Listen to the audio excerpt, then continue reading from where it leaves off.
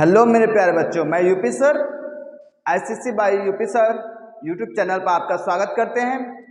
आज मैं आपको कक्षा 10 के अध्याय 6 त्रिभुज का महत्वपूर्ण प्रमेय थेल्स प्रमेय के बारे में हम चर्चा करेंगे। थेल्स ने कुछ अपने महत्वपूर्ण प्रमेय बनाए हैं, जिसमें से ये प्रमेय आधारभूत समानुपाती आधारभूत प्रमेय के नाम से जाना जाता है, जो बहुत ही महत्वपूर्ण है कक्षा 10 के दृष्टिकोण से। मैं आपको बताता चलूं कि थेल्स पाइथागोरस के गुरु रहे हैं और मानने वाले गुरु रहे हैं, क्योंकि जब तक पाइथागोरस थेल्स के पास पहुंचे तो थेल्स लगभग बूढ़े हो चुके थे। इस तरह बूढ़े हो चुके थे कि वो ज्ञान देने और शिक्षा देने में असमर्थ थे। तो पाइथागोरस ने थेल्स के विद्वान शिष्य एनेक्जेंडिया को अपना गुरु मानकर उनसे शिक्षा ग्रहण किया। लेकिन थेल्स के महत्वपूर्ण समानुपाती इस आधारभूत समानुपाती प्रमेय का उपयोग पाइथागोरस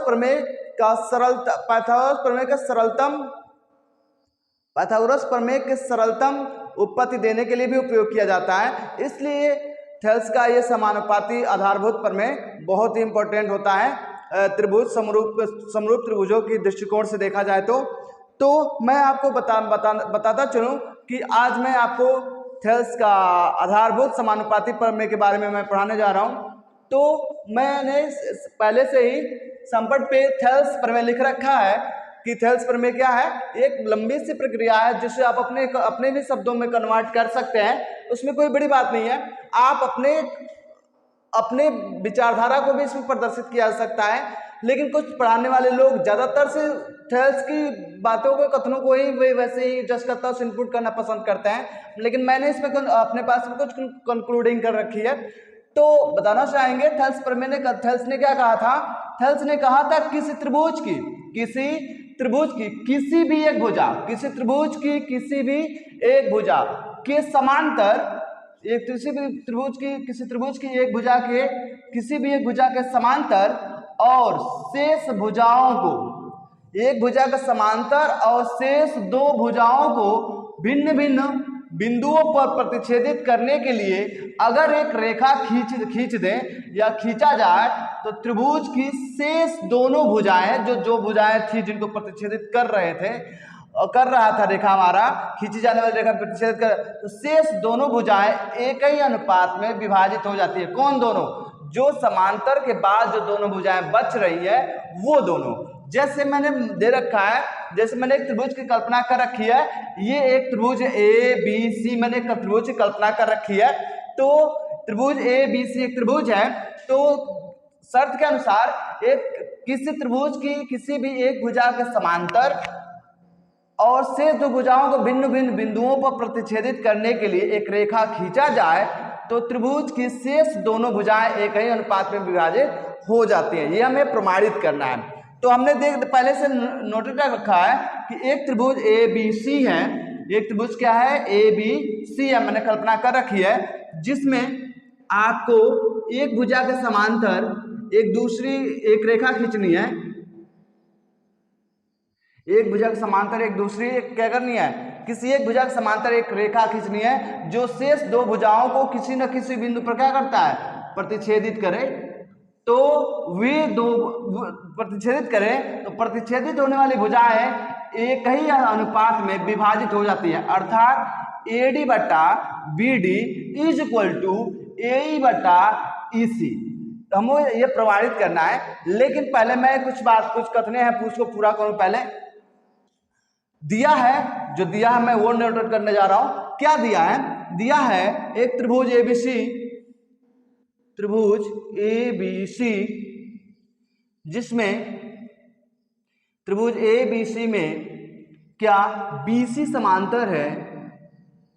क्षमता। त्रिभुज ABC में मैं थोड़ा मार्कर बदल दूं। ABC में DE समांतर है BC के।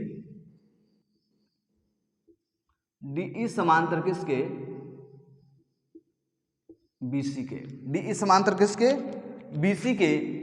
तथा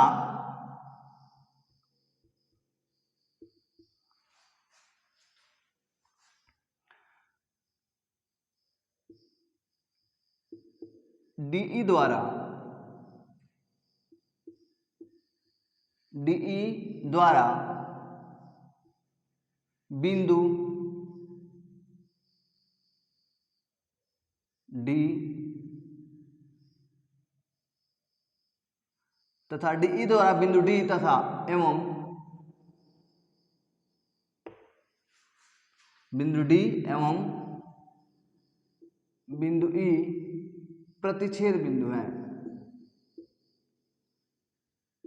प्रतिच्छेद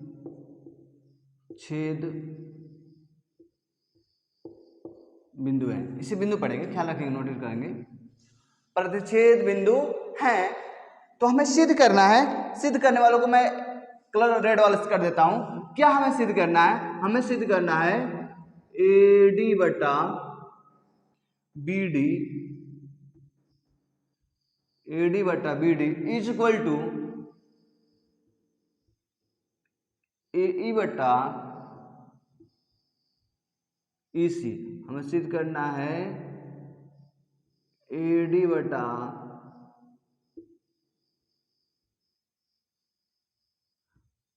BD is equal to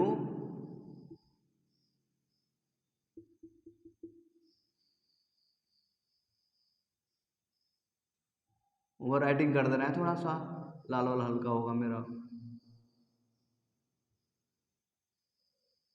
AE बटा EC नोटिस करेंगे। इसके बाद हमें रचना करनी है कुछ। तो रचना क्या करनी है हमें? रचना के लिए हम ब्लैक कलर का यूज कर रहे हैं थोड़ा। हमें रचना क्या करनी है? रचना ये करनी है कि B को E से, D को C से मिलाया, B को E से, D को C से क्या किया? मिलाया। चाहे ये भी लिख सकते हैं BE तथा DC को क्रमशः मिलाया,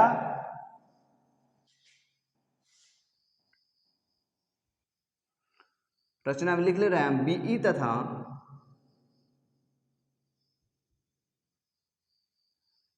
चाहे अलग अलग करके लिख लेते हैं, रुकिए। B को E से तथा D को C से, B को E से तथा D को किससे? C से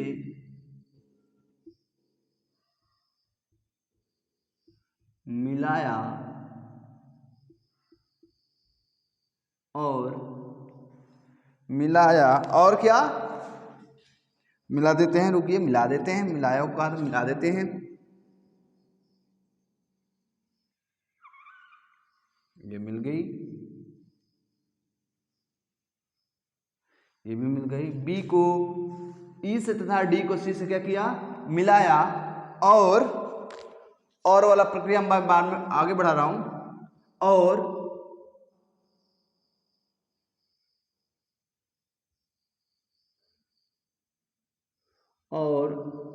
डीएम लंब AC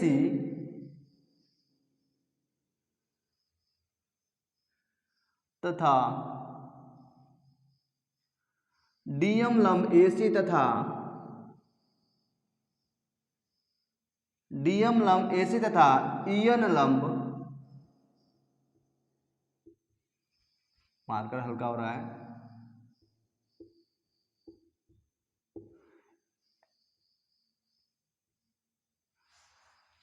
तथा और डीएम लंब AC तथा EN लंब AB खींचा और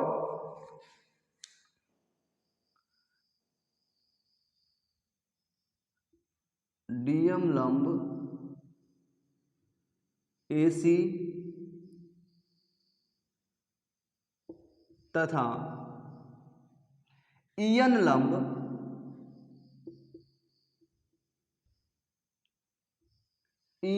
किस पर? AB। ये EN लंब किस पर? AB खींचा।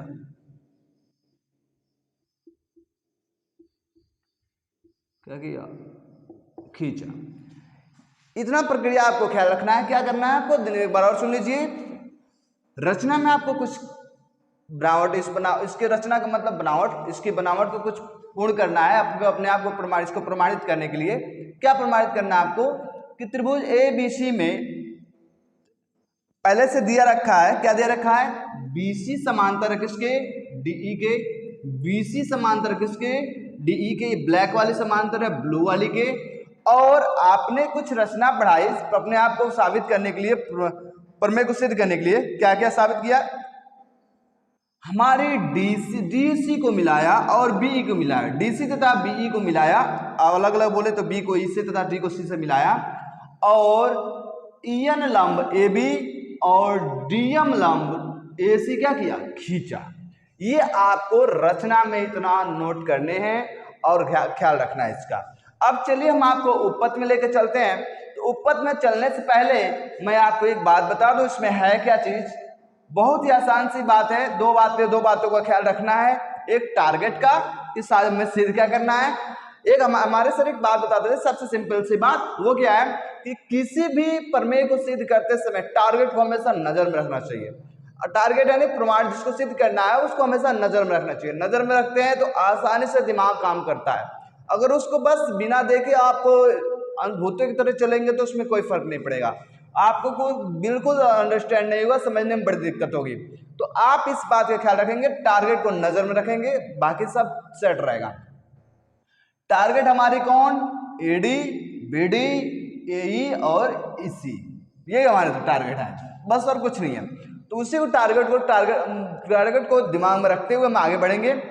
तो हमें दिमाग में हमारे इस प्रमेय के अनुसार हम कैसे सिद्ध करते हैं, बाकी लोग कैसे सिद्ध करते हैं मुझे नहीं पता, लेकिन हमें अपने आइडिया के अनुसार त्रिभुज ADE लेते हैं और उसको दो बार उसका क्षेत्रफल दो तरीके से निकालते हैं। क्योंकि कि जिस त्रिभुज का शीर्ष लंब दिया हो, जिस त्रिभुज का शीर्ष लंब दिया हो, अगर तीनों शीर्ष लंब दिया हो तो उस त्रिभुज का क्षेत्रफल तीन तरह से निकाल सकते हैं।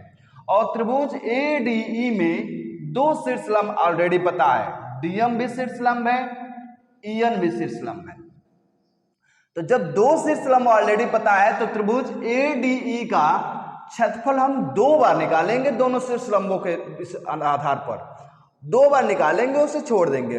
फिर हम चलेंगे, टारगेट बनाएंगे अपने आप को, इन्हीं शीर्ष लंबों को लेते हुए टारगेट क्या हमारा ये रखेंगे, ख्याल में रखेंगे कि हमारा BD किस में फंस रहा है, क्योंकि इस शीर्ष लंब में तो हमारा AD कहीं ना कहीं से आ ही जाएगा।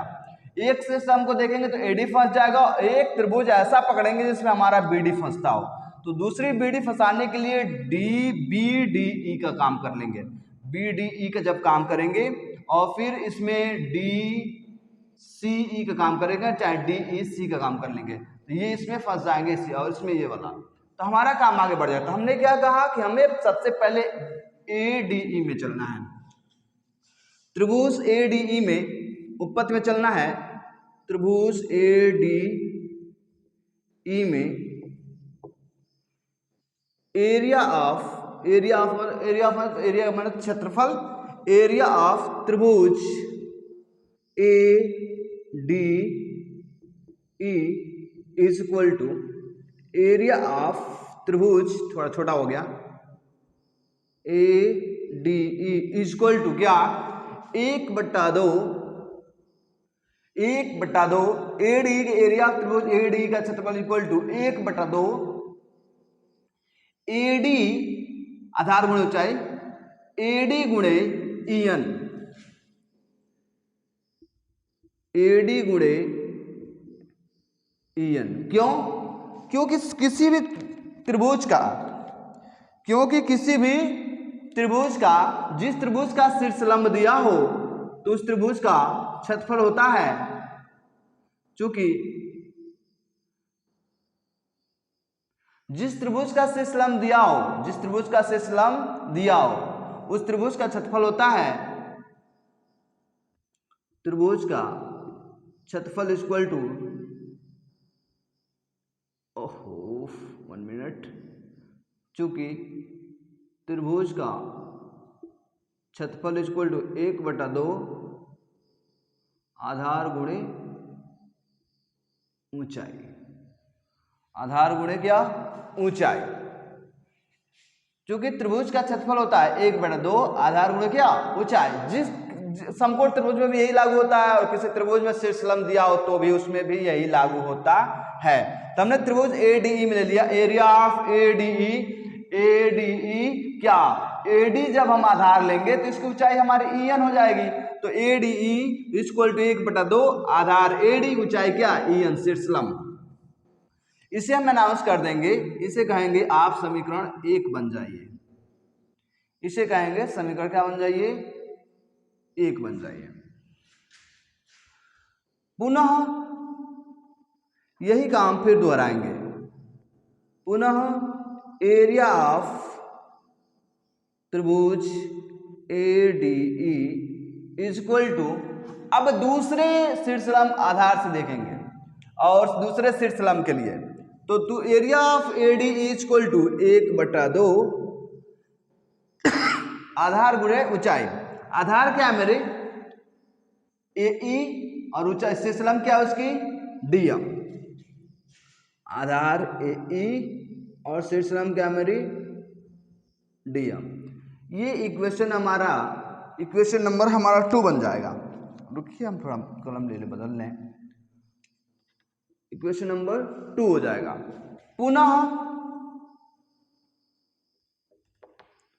पुनः हम चलेंगे अगले में। अगले में क्या है, अब किस त्रिभुज को टेकअप करना है, इस त्रिभुज को टेकअप कैसे करना है आपको देखने वाली बात यह है, त्रिभुज BDE टेकअप करना है।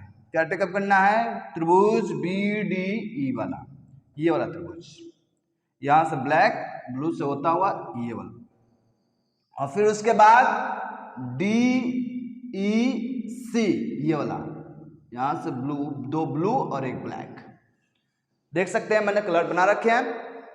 तो अगर उसका क्षेत्रफल कैसे निकालेंगे, तो सिंपली सी बात है, ये हमारा BDE जो है एक बहिष्ठ कोण है, और सॉरी क्षमता एक अधिक कोण है। अधिक कोण का शीर्ष लंब उस त्रिभुज के बाहर जाता है, अधिक कोण का शीर्ष लंब उसके त्रिभुज के क्या होता है, बाहर जाता है। जैसे कल्पना करने जाए तो एक त्रिभुज की कल्पना किया जाए, अधिक कोण त्रिभुज की, तो मैंने एक अधिक कोण त्रिभुज बना रखी है। तो इस अधिक कोण त्रिभुज की ऊंचाई कहाँ होगी, यही ना होगी, अधिक कोण त्रिभुज की ऊंचाई इसके त्रिभुज के बाहर होगी। उसी प्रकार ये त्रिभुज हमारा BDE एक अधिक कोण त्रिभुज है, तो इसकी ऊंचाई हमारी EN हो जाएगी। और इस त्रिभुज में DEC में भी अधिक कोण त्रिभुज है, तो इसकी ऊंचाई हमारी DM हो जाएगी। तो इस प्रकार इसका इन त्रिभुजों का भी क्षेत्रफल आसानी से हम लोग निकाल सकते हैं, निकाल लेंगे। तो देखिए हम लोग पुनः कर रहे हैं, पुनः त्रिभुज, पुनः एरिया ऑफ त्रिभुज कौन सा लेना है हमको, BDE, एरिया ऑफ त्रिभुज क्या, BD क्या E इक्वल टू हाफ, और BDE में हाफ। आधार कौन है, तो आधार हमारा BD है। ऊंचाई कौन है सर, तो ऊंचाई हमारा क्या है, EN है। सेम वही फार्मूला, 1/2 आधार गुणे ऊंचाई से ही। आधार कौन है हमारा सर, BD है। ऊंचाई कौन है सर, तो उसकी हमने अभी बताया ना, अधिक कोण त्रिभुज का शीर्ष लंब उसके बाहर जाता है, तो बाहर हो जाएगा हमारे, आधार कौन हो जाएगा हमारा EN। ऊंचाई हमारा कौन हो जाएगा, सॉरी आधार बोल दिया, EN हो जाएगा। ये हो जाएगा इक्वेशन नंबर 3। गिनती करते रहिए, क्वेश्चन बनते हैं इसमें। पुनः करें तो पुनः में क्या होगा हमारा, पुनः आप चले ये अधिक कोण त्रिभुज DCDE कर लीजिए, DEC में पुनः एरिया ऑफ त्रिभुज DEC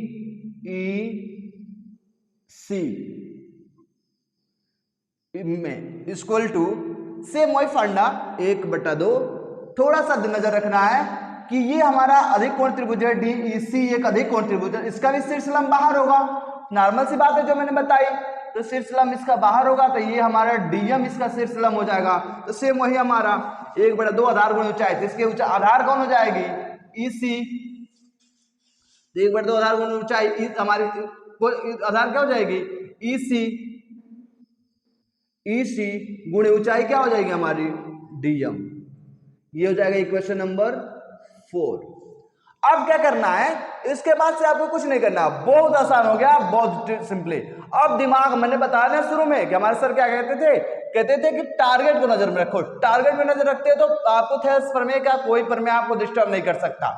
तो आपको टारगेट देखिए, एडी बटा बीडी, ए बटा ई सी, तो एडी बटा बीडी दो बार समीकरण का इस्तेमाल इन समीकरणों में इस्तेमाल करना है। एडी, एडी कहाँ है, समीकरण 1 में, बीडी कहाँ है, समीकरण 3 में, तो बटा में है तो समीकरण 1 बटा समीकरण 3 करते हैं। अब समीकरण 1 बटा समीकरण 3 से, किससे, समीकरण 1 बटा समीकरण 3 से, समीकरण 1 बटा समीकरण 3 से क्या होगा, area of ADE, area of त्रिभुज एडीई बटा 3 क्या है मेरा, एरिया ऑफ त्रिभुज बीडीई, एरिया ऑफ त्रिभुज बीडीई इज इक्वल टू क्या, 1 बटा 2 एडी गुणे ईएन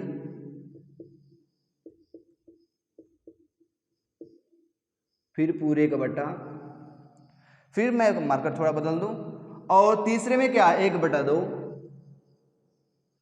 क्या है, बीडी गुणे ईएन, बीडी गुणे क्या, ईएन। 1 बटा 2 से 1 बटा 2 कैंसिल आउट, ईएन से ईएन मर गया, बच गया मेरा क्या, एडी बटा बीडी, एडी बटा क्या, बीडी। इसे हम समीकरण 5 घोषित कर देंगे, कह देंगे आप समीकरण 5 बन जाओ। इसे समीकरण क्या घोषित कर देंगे, 5 घोषित कर देंगे। पुनः कार्य, हम यही प्रक्रिया फिर से आपको, 4 में से 2 को भाग दे दिया, 2 और बच गए। पुनः हमें क्या करने वाले, हम आपको पता होगा क्या करना है हमको, 1 में 3 से भाग दिया तो 2 में किससे भाग देंगे, 4 से भाग दे देंगे। क्यों भाग दे देंगे, क्योंकि दिया है ए बटा ई सी, तो ए किस में है, समीकरण 2 में, इसी किस में हमारा, समीकरण 4 में, तो पुनः समीकरण 2 बटा समीकरण 4 से, समीकरण 2 बटा समीकरण 4 से क्या हो जाएगा मेरा, एरिया ऑफ समीकरण 2 मेरा कितना है, एरिया ऑफ त्रिभुज एडीई, एरिया ऑफ त्रिभुज एडीई पूरे का बटा 4 मेरा क्या है, एरिया ऑफ त्रिभुज डीईसी, एरिया ऑफ त्रिभुज डीईसी इज इक्वल टू में क्या है हमारा, एरिया ऑफ एडीई क्या है हमारा, एडीई भर दे पहले, 1 बटा 2, एडीई में क्या, 1 बटा 2 एई गुणे क्या, डीएम, एई गुणे क्या, डीएम, फिर पूरे का बटा 1 बटा 2, अच्छा मैं तो थोड़ा सा बटा मैंने शॉर्ट वाला लिख दिया, 1 बटा 2, और चौथा क्या है, ईसी गुणे डीएम, ईसी गुणे क्या, डीएम। पिछली बार की तरह इसमें भी कैंसिल आउट हो जाएंगे, 1 बटा 2 से 1 बटा 2 कैंसिल आउट हो गया, डीएम से डीएम मर गया, बच गया मेरा क्या, टारगेट जो हमारे है उसमें से बच गया, क्या बच गया हमारे, ए बचा ए ही बटा क्या, ईसी। इक्वेशन नंबर इसे 6 घोषित कर देंगे, इक्वेशन नंबर क्या घोषित कर देंगे, 6। हम जानते हैं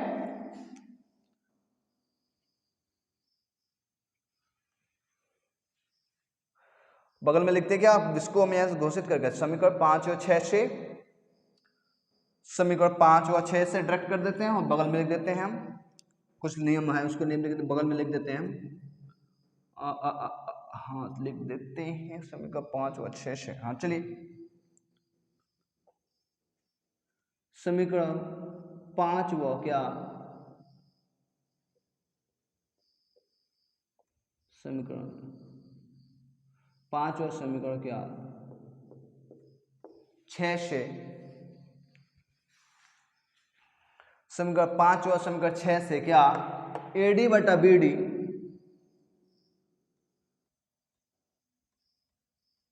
बराबर AE बटा EC, क्योंकि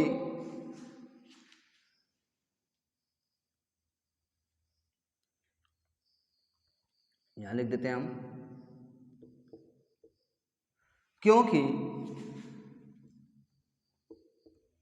एक ही आधार, देखिए यहां पे एक प्रमेय कक्षा 9 में पढ़ाया जाता है समांतर चतुर्भुज के अंतर्गत, एक ही आधार, क्या एक ही आधार और एक समान समांतर रेखाओं के बीच, एक ही आधार और समांतर रेखाओं के बीच, समान समांतर रेखाओं के बीच बने त्रिभुजों के क्षेत्रफल परस्पर समान होते हैं, वही हमें लिखना है। क्योंकि हम जानते हैं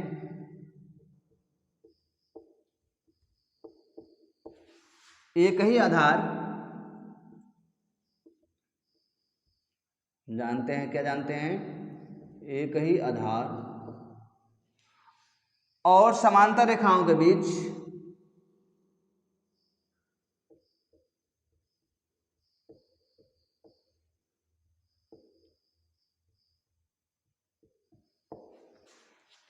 के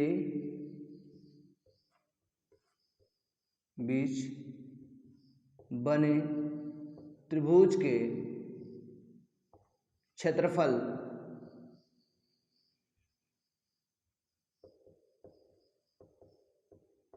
बराबर होते हैं, बराबर होते हैं और बराबर होते हैं और क्या है इसमें, और इसमें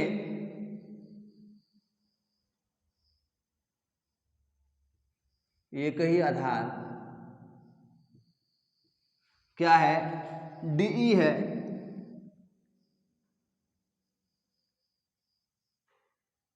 तथा समांतर रेखाएं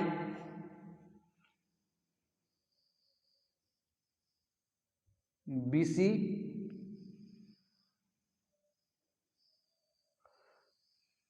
तथा समांतर रेखाएं BC समांतर DE के हैं तथा, हाँ ये भी लिख सकते थे, आधार DE है तथा BC समांतर DE है, थोड़ा बढ़ गया मेरा, और इस प्रकार ये सिद्ध हो गया AD, हमने लिख दिया डायरेक्ट समीकरण 5 और समीकरण 6 से, तो सम बराबर होती, इससे क्या हुआ, तो देखिए यहाँ होना क्या है, हमारा DEC और यहाँ पर DEC और BDE, DEC और BDE क्या होंगे, बराबर होंगे, DEC और BDE क्या होंगे बराबर होंगे। मैं थोड़ा बढ़ा देता हूं, एरिया ऑफ नहीं बढ़ेगा नहीं बढ़ेगा नहीं बढ़ेगा, यहां बढ़ा देते हैं, क्योंकि एरिया ऑफ, रुकिए रुकिए रुकिए, एरिया ऑफ त्रिभुज DEC बराबर किसके, BDE के, त्रिभुज BD किसके, E की, और इस प्रकार ये सिद्ध हुआ। यहाँ इति सिद्धम हमारे लिखने के लिए जगह नहीं बची है, मैं यहाँ इनपुट कर रहा हूँ, इति सिद्धम लिखने का तो शौकीन हूँ अपने सर जी की तरह,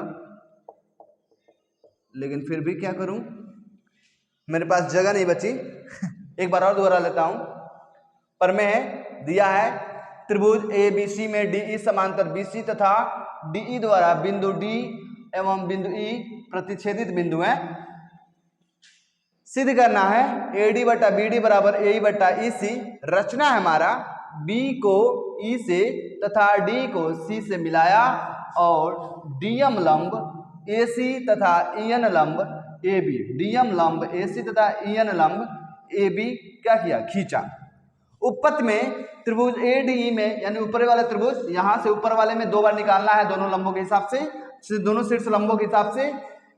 ADE में एरिया ऑफ त्रिभुज ADE बराबर हाफ AD गुणे EN, क्योंकि त्रिभुज का क्षेत्रफल बराबर होता है 1/2 आधार गुणे ऊंचाई, कब? जब शीर्ष लंब दिया हो या समकोण हो तब। पुनः एरिया ऑफ त्रिभुज ADE बराबर 1/2, सेम वही उसी त्रिभुज में दूसरे शीर्ष लंब से AE बटा 1/2 AE गुणे DM, ये हो जाएगा AE गुणे क्या DM, इस शीर्ष लंब से दूसरा समीकरण अनाउंस कर दिया। पुनः त्रिभुज BDE में चले गए हम, BDE में चले गए, BDE एक अधिकोणीय त्रिभुज है, इसका शीर्ष लंब ये है, तो आधार हो जाएगा BD और ऊंचाई हो जाएगी EN। तो सेम वही प्रकार से 1/2 BD गुणे EN समीकरण 3 बन गया। पुनः एरिया ऑफ त्रिभुज DEC बराबर 1/2 EC गुणे DM, EC गुणे क्या DM, जगह की एडजस्टिंग पड़ गई, पर में ही ज्यादा लिख दिया हमने, यही हमने त्रुटि कर दी। EC गुणे DM बराबर इक्वेशन नंबर 4।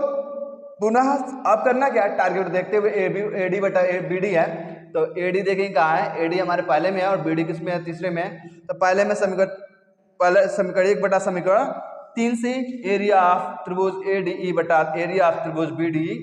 वैसे हमारा वीडियो अच्छा स्पष्ट दिखेगा, आपको लगभग दिख जाना चाहिए और समझ में आ जाना चाहिए, उसमें कोई बड़ी बात नहीं है, और लगभग नीचे तक सब दिख रहा होगा, ये भी सत्य है। तो थोड़ा बारीकी देंगे तो हो जाएगा सेट, ऐसी बात नहीं है। और जहाँ सीखनी होती है वहाँ तो थोड़ा परिश्रम तो करना ही पड़ता है। तो ये हो जाएगा सेम हमारा ADE बटा टारगेट को देखते हुए AD इंटू एन वाला AD का और BD में भाग दे देंगे, ये हमारा AD बटा BD बच जाएगा, समीकरण नंबर 5 बन जाएगा। पुनः समीकरण 2 में समीकरण 4 से भाग देंगे टारगेट देखते हुए। बच्चे पूछते हैं सर कैसे जान जाते हो, जानना क्या है, टारगेट को थोड़ा नजर में रखो, सेट हो जाएगा, कुछ दो कोई दिक्कत नहीं है। और बिना समझना आए तो इस शीर्ष लंब से इस भुजा को कनेक्ट कर दो, इस शीर्ष लंब से इस त्रिभुज को कनेक्ट कर दो, बस ये भी क्या कर सकते हो। तो त्रिभुज पुनः सब त्रिभुज इथे में करो तो ADE बटा एरिया ऑफ त्रिभुज DEC हाफ AE गुणे DM हाफ EC गुणे DM, हाफ से हाफ कट गया, AE बटा EC बच गया, DM से DM कैंसिल आउट हो गया, AE बटा EC बच गया, समीकरण नंबर क्या बन गया 6 बन गया।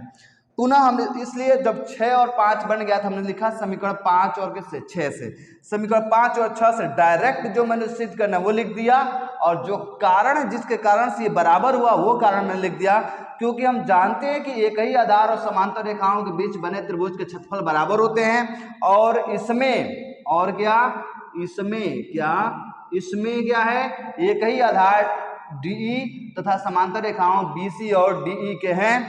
तो